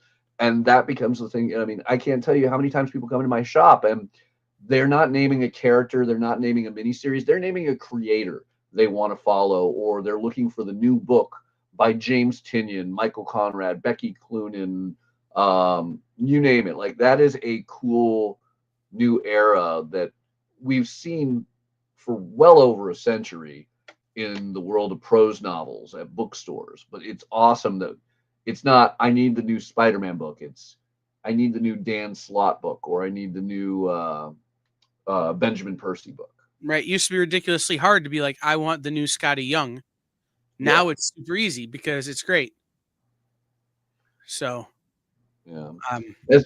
As always, a lot of manga on Diamond in this section. A lot of it is manga that has different release dates depending on the distributor. So reach out to your local comic shop. Some of it they might have to say, hey, that's not on Final Order Cutoff for us already because it's on our shelf. So that's always a cool thing. So always a good reason to communicate with your local comic shop. If you see something on here, even if it hasn't actually FOC'd this weekend, it might FOC later, at which point, cool, you got ahead of it and you're getting the order in early. Or it might have FOC'd already, and sometimes the comic shop can just be like, hey, you don't even have to wait. I can put it right now in your hands. But the craziness of the modern era of distribution and publishing. A lot of fun things, though, on this. The big one I want to point out, obviously some great IDW and Dark Horse books with Turtles and Usagi Yojimbo. I have to point out, down beneath the comics, below the books, is a magazine section now. And there's a legendary magazine some of you may or may not have heard of called Heavy Metal, going back with a brand new #1. Now, here's the weird thing. If your local shop orders their comics or magazines through Lunar Distribution, it is not on FOC at Lunar Distribution until a little bit later. That will actually be March 17th for those who do Lunar Distribution. But if you're a Diamond Distribution store, it is FOC this Monday, March 10th. And Heavy Metal is back with an impressive list, once again, of great creators like Michael Conrad, Leah Moore, and John Repion. I love them. Antonio Segura. You're going to get new covers by the late, great Greg Hildebrandt. Did this awesome cover before he passed. So we have a posthumous cover of his. I'm excited about this. I mean, I've always been a Heavy Metal fan. I've been reading that since I shouldn't have been reading it in the 80s. And I still love it to this day. But I'm excited about a new Heavy Metal #1. Yeah, I think anytime that one of these, I'm going to call heavy metal something that's going to make me a little sick to call it, but I'm going to call it that anyway. These legacy titles of magazines like Heavy Metal come back and are healthy and active is good for our industry. So many of the characters, like here we go. We have Deja Thoris and John Carter on this and cover. Frank's on a cover. Yeah, and it's Frank Frazetta. So many of these characters started in these legacy magazines, eerie, spooky, heavy metal, some of the others that I'm blanking on, Famous Monsters of Filmland, these kind of things that are so quintessential to our industry now started here. So supporting companies like this, ordering these books, if there's something you're into, is certainly going to be helpful long term for, again, our overall industry health. Yeah, and I love this Tula Lotay cover of Tarna. One of the great ones I want to point out, Tarna is one of the more iconic heavy metal characters. She was obviously in the big animated film in the 80s, but we're having John Reppion and Leah Moore. Yes, Leah Moore are going to be writing Tarna, and we're getting various artists doing the interiors, including Joseph Michael Linsner drawing Tarna. That's awesome to me. It's going to be fun. It's going to be really exciting to see this return of heavy metal, and hopefully it will continue. You get to see there is a legacy numbering. If you're a longtime, collector, the legacy numbering is in there. This will be issue 321, but a big new number 1 will hopefully drive more people into this and remind everyone this is an anthology. You can hop in on any issue and enjoy it, but also how cool it would be to say you have a heavy metal number 1. Right. And for my Dynamite fans, like a lot of your ladies came from heavy metal, so Yes, indeed. So with that, let's bump ourselves back over to lunardistribution.com. When you go to lunardistribution.com, you're going to be brought to a website like this. You're going to scroll down a bit to upcoming FOC. Make sure you're on the right date. This is for March 10th, aka 310. Will be this Monday, and we're going to talk about some awesome books there. One that you might want to talk to your local comic shop about is Craniacs. Craniacs is actually a collectible card series, but it's about to have comics from Titan Comics. It's about to have an animated series with Titmouse doing that. So not every store is going to carry Craniacs cards, but if you're interested in them, let your store know. Big one I want to talk about, though, is Absolute Green Lantern. I'm going to be the naysayer on this. Every one of these Absolute books, I want to not like initially. I don't know what it is about me, where I'm just hating on the thing that everyone's loving right now. But every one of these, I want to be like, I'm going to skip this one. And Absolute Green Lantern was going to be one of those. I'm like, I'm going to skip it. And then I read the advanced copy that I was given, and wow.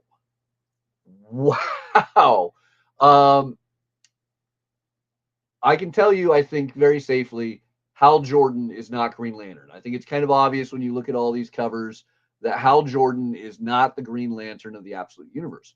Hal Jordan does play a significant role in the Green Lantern story of this Absolute Universe, though, and I thought I was going to be disappointed with that. I'm not. I loved everything about this book. It shocked me. It is, as a big Green Lantern fan, this is nothing like any Green Lantern I've ever read before, and I am not complaining about that. It is incredible.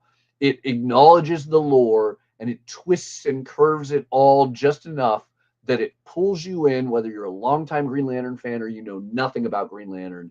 I think you will walk away enjoying this book, and particularly people of the Pacific Northwest or the Pacific Southwest, that desertous region of San Bernardino County into Carson, the areas of the California desert and the Nevada desert. You're going to really love this because you're going to hear some small town names and some iconic sites that you never would have thought would have made it into film, television, or comics. So I'm excited about this. Plus, it's Al Ewing. Al Ewing is a great writer. So I tried to be the naysayer. I couldn't. This is going to be big. This one's going to be awesome. Have you had a chance to read any of the Absolute Green Lantern yet, Kyle? No. How do I put this? My access to the PDFs on Lunar is not yet available. Okay, we'll have to get you set up on that. But I'm literally just waiting on an email from Christina. But I will tell you, if you go back real fast, I will tell you guys what I FOC'd from the Green Lantern, which is the A cover and this the D cover there, the Raphael Albuquerque. Yeah. Because I love Raphael Albuquerque. But I also got the foil and the blank. Yeah. The foil with the symbol there, I think, is going to be not that one, the next one. Oh, yeah, the logo one. Yeah, the logo. I think that's going to be a fun one to hand somebody with a Sharpie and have them play with it a little bit, as well as the blank is a great way. Like, so many people have their own interpretations of the Green Lanterns. You can have somebody draw on a blank? Yeah, handing that to somebody like Darryl Banks, who has such a history with the Green Lantern, and letting him take a pass at this new sort of world of Green Lantern on a cover I think it's gonna get you a really great piece of art. Yeah.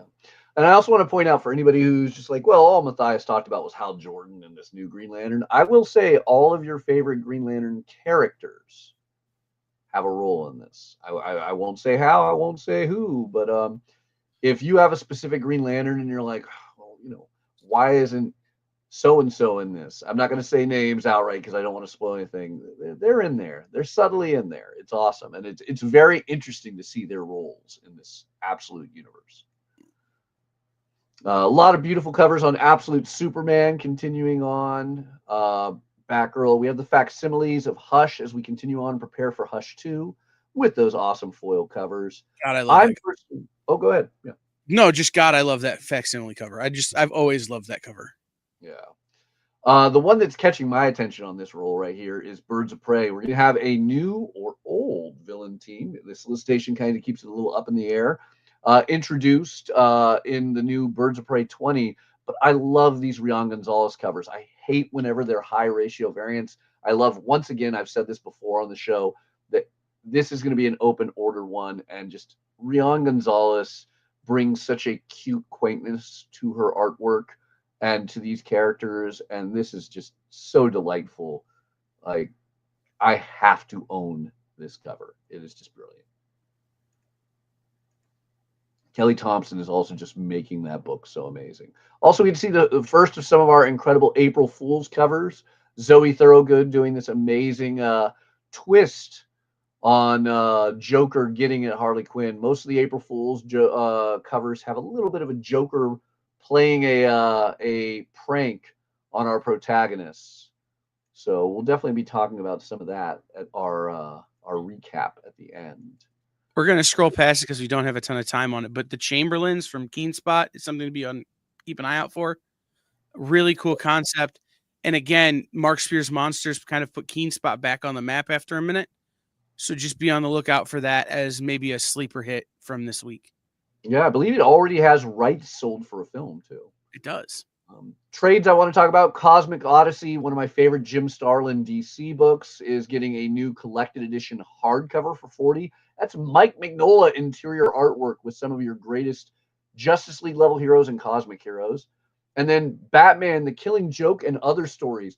Horrible name for this trade paperback, I want to say. Horrible name. Obviously it has The Killing Joke, but it has a bunch of other classic Batman stories, including Son of the Demon, which is going to be your first true appearance of Damian Wayne and one of my favorite graphic novels of the 80s. Look, The Killing Joke is phenomenal. Everyone knows that. Alan Moore, Brian Boland, it's solid. It is perfection. But this has some awesome stories in there with KG Beast and more.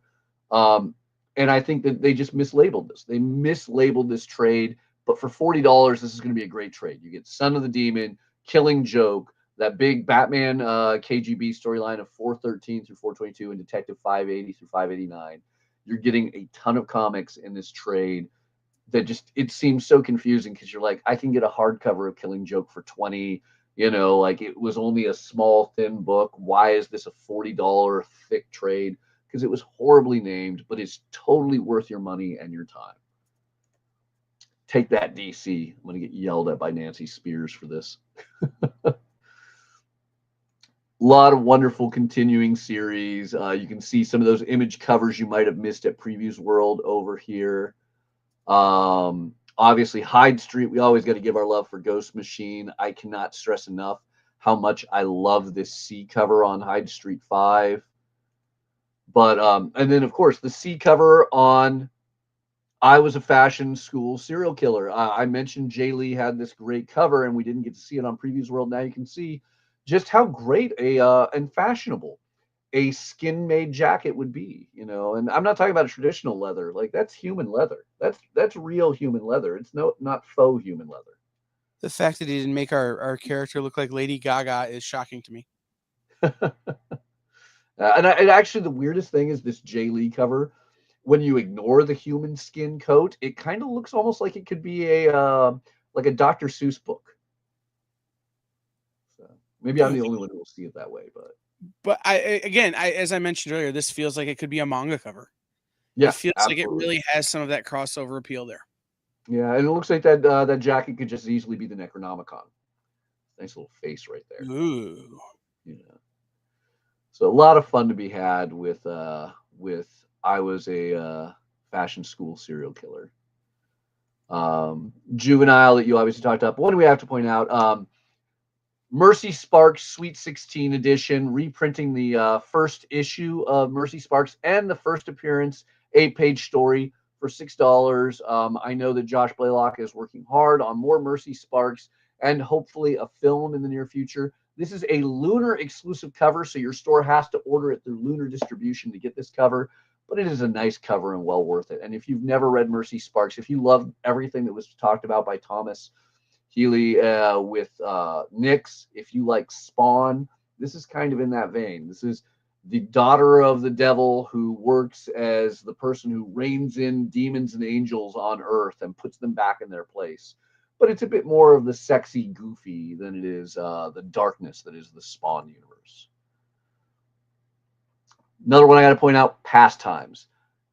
This is not your classic vampire story. It is the story of somebody who wants to be a baseball player, but due to the time period, can't. However, it is not due to his ethnicity. It is due to his vampirism. This is a baseball player who can only play at night. But as the 1920s hits and they start doing late night baseball games, he has his chance. Joe Harris, who has a great reputation at publishers like Image Comics and doing these really unique out there books, is going to bring us Vampire Baseball with this new 5-issue miniseries. And I'm curious to see what comes of it. Shut up and take my money. Yeah. It'll be fun.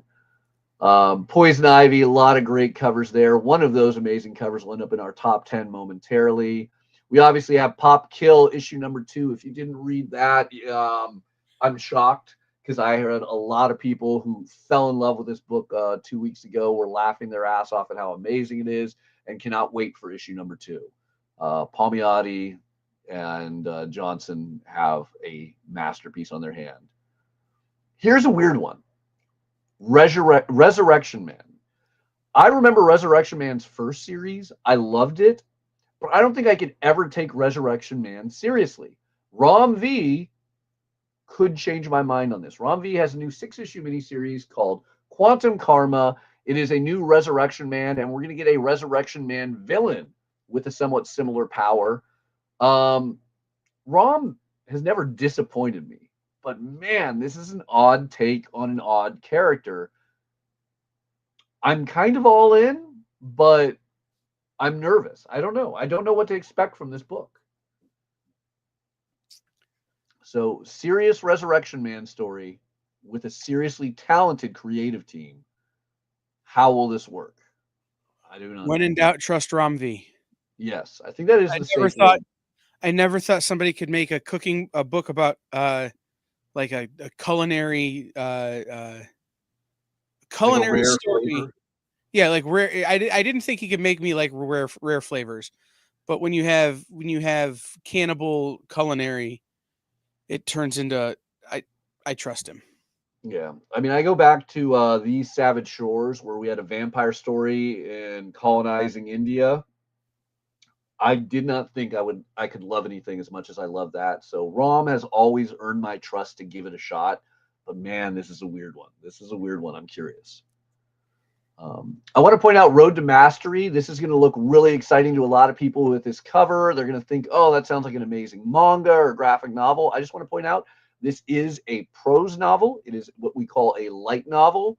This is one of the first times Vault has done that. So this will be interesting. But keep in mind, this is not sequential artwork. This is prose. So just text. Secret 6 issue 2 on FOC. I just have to say it because I love Nicole Maines, and I thought the first issue was great. We have the continuation, the collection. Finally, the collection. All 3 issues of Superman: The Last Days of Lex Luthor finally getting collected in the hardcover. Teen Titans Go #2. A lot of fun. A lot of great stuff this week. So get your orders into your local comic shop before Monday at 6 p.m. on the March 10th. Let's cut to our top 10 so we can wrap up this long and amazing show today. All right, here we go. So spot number 10, I have to give it to Something is Killing Children 41. Obviously, one of the hottest comics in the indie scene that has been coming out now for a number of years. And look at that Mercado anniversary cover. That is incredible. I'm excited to see where we get to go with Erica and her past. Spot 9, another great April Fool's variant. This one I had to laugh at because is it a cake? Is it not a cake? Turns out it's a cake, but that's about the reaction I have every time they do one of those videos. Is the poison ivy like, oh my god, did you really cut into? Oh, it's a cake. I don't know. Are you a big fan of the is it a cake or not things, Kyle? I feel you're the type of person to be like, I know it's a cake always. The cake is a lie. Ooh, how Portalesque of you. All right, Spawn Scorch 39 had to comment on this. I love every single cover that seems to be in some Japanese alleyway. Then you throw in a motorcycle and it gets better. I don't know where these started from. I thought it was a John Wick poster or maybe like some crazy alternate Purple Rain thing, but like we've been seeing them on a lot of books. This one I think is stunning. But what can I say? I like She-Spawn. Spider-Gwen, as I said, Spider-Gwen in space with Loki is great. You throw in Mark Brooks doing a cover in the style of an old pulp, novel. This is solid. This is just solid. Bengus is back doing the Marvelverse Capcom covers. If you look, the ones from earlier this year / late last year all go for a notable sum on the aftermarket. They are hot books everyone wants. Now, I mentioned Uncanny X-Men 13 is a great horror story and the start of a new arc by Gail Simone. It has 2 wonderful Gambit covers, one by David Mack, but I think the Bengus one is going to be the hot guaranteed hit and likely to see a little bit of a rise on the aftermarket. Then we get Archie and Friends. Once again, that Nintendo encapsulation of the cartridge holder, along with a bit of Minecraft, a little bit of Pac-Man, some Pokemon, and more. It's going to be fun. It's a one-shot. It's great for all ages. Spawn's Black Ritual, the Book of Nyx. We had Thomas on here. Thanks again, Thomas, for a wonderful interview. If that didn't get you excited for this book, I don't know what will, outside of opening it up and seeing Nat Jones's phenomenal interiors. Me and Kyle had a fight on which cover to put up here. I think that Nat Jones's cover is amazing because I just love how, I love the look of Nyx. I love that, very classic goth girl look. And I love that this cover is what every single panel inside looks like. Nat Jones makes everything inside look as good as this cover. But I need to hear it from you, Kyle. You were on the Jonathan opinion. Yeah, I love the Jonathan Glapion covers. I really do. You can't go wrong on this book. Whatever cover you do get. I like the Glapion because I tend to like the kind of the orange and the dark background. And I like the fact that it's the first cover of a new character. Yeah. But this is one of those I think could potentially go on to be considered an iconic cover in the Spawn universe. So I don't think you can make a wrong decision here. Yeah, absolutely. I mean, I do want to point out, obviously, with the new character, Spawn has proven that a villain, even if they get killed off, doesn't stay dead. Obviously, Owl having resurrected a number of villains over the years. So, this new witch hunter, whether he lives or dies, doesn't put an end to him. This could be a big new character. So having the first cover appearance is also a good one. And that Virgin cover with the neon light, every cover on Black Ritual worth grabbing. Well, and as we talked about, this is one of those ones with a weird timeline. So just because they're dead now doesn't mean they're dead then. Yeah. All right, so this is an odd one. Obviously, Dynamite was not on FOC. At the time we put this list together this morning / last night, this was supposed to FOC this week. So I'm going to still talk it up. Red Sonja versus Army of Darkness. It is an awesome looking book by Tim Seeley, adding two of my favorite characters. Ashley Williams, the boomstick master of Deadite killing, and the Red Sonja herself, Hyborian, mistress of the blade. And then you get Mark Spears doing a cover. Even though this may not be on FOC this week, you should tell your local comic shop you want that cover because, damn, that is hot in every way imaginable. Number 2, Absolute Green Lantern. Number 1, I might be a little biased having just gotten a piece of Ryan Benjamin original artwork, but I think Ryan's version of this new Green Lantern just is kick-ass beyond belief. You can just see the power and the courage that is in that Green Lantern right there. I love having the glow come through the shirt, but I'm excited to see where this new Green Lantern goes, and I think Ryan Benjamin's cover is the one that's going to lead me through it.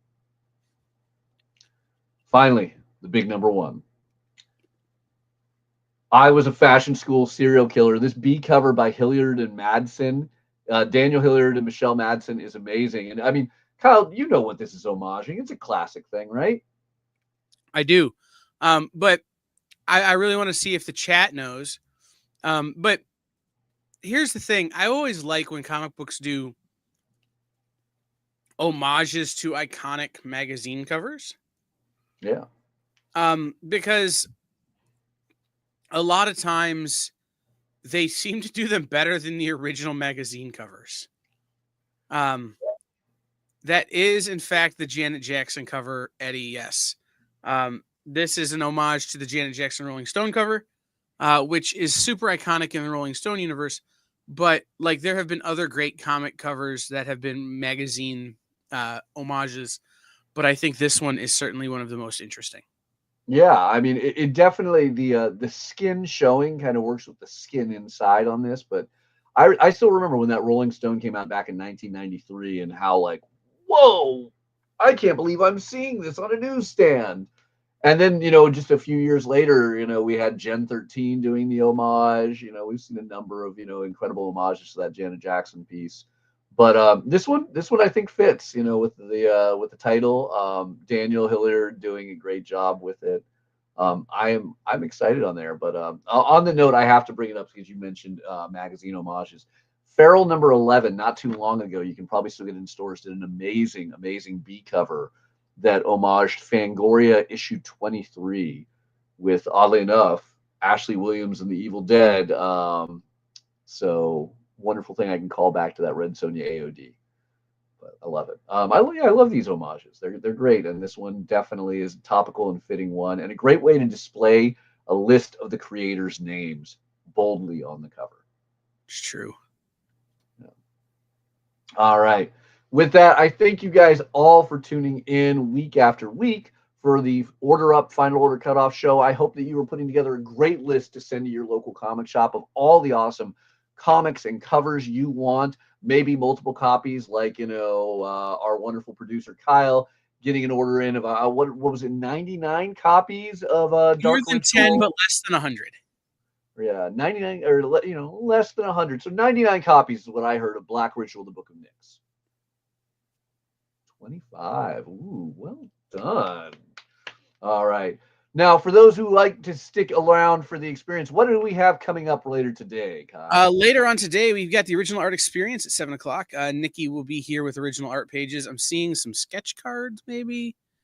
Black Canary by Ryan Sook, maybe. Yeah. Some Ryan Sook sketch cards. But there's also some incredible. He's got some Spider-Man art. I saw some John Romita Jr. stuff that was affordable, and that blew my mind. Yeah. Tyler Kirkham,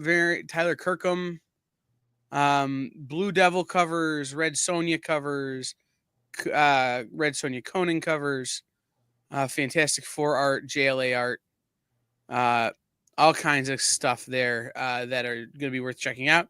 Always affordable there. And then at 9 o'clock, Nancy McCann, Comics Unlimited in Cleveland, Tennessee. Nancy will be back doing the Friday Night Live from Comics Unlimited. So she'll have new issues, old issues, silver, gold.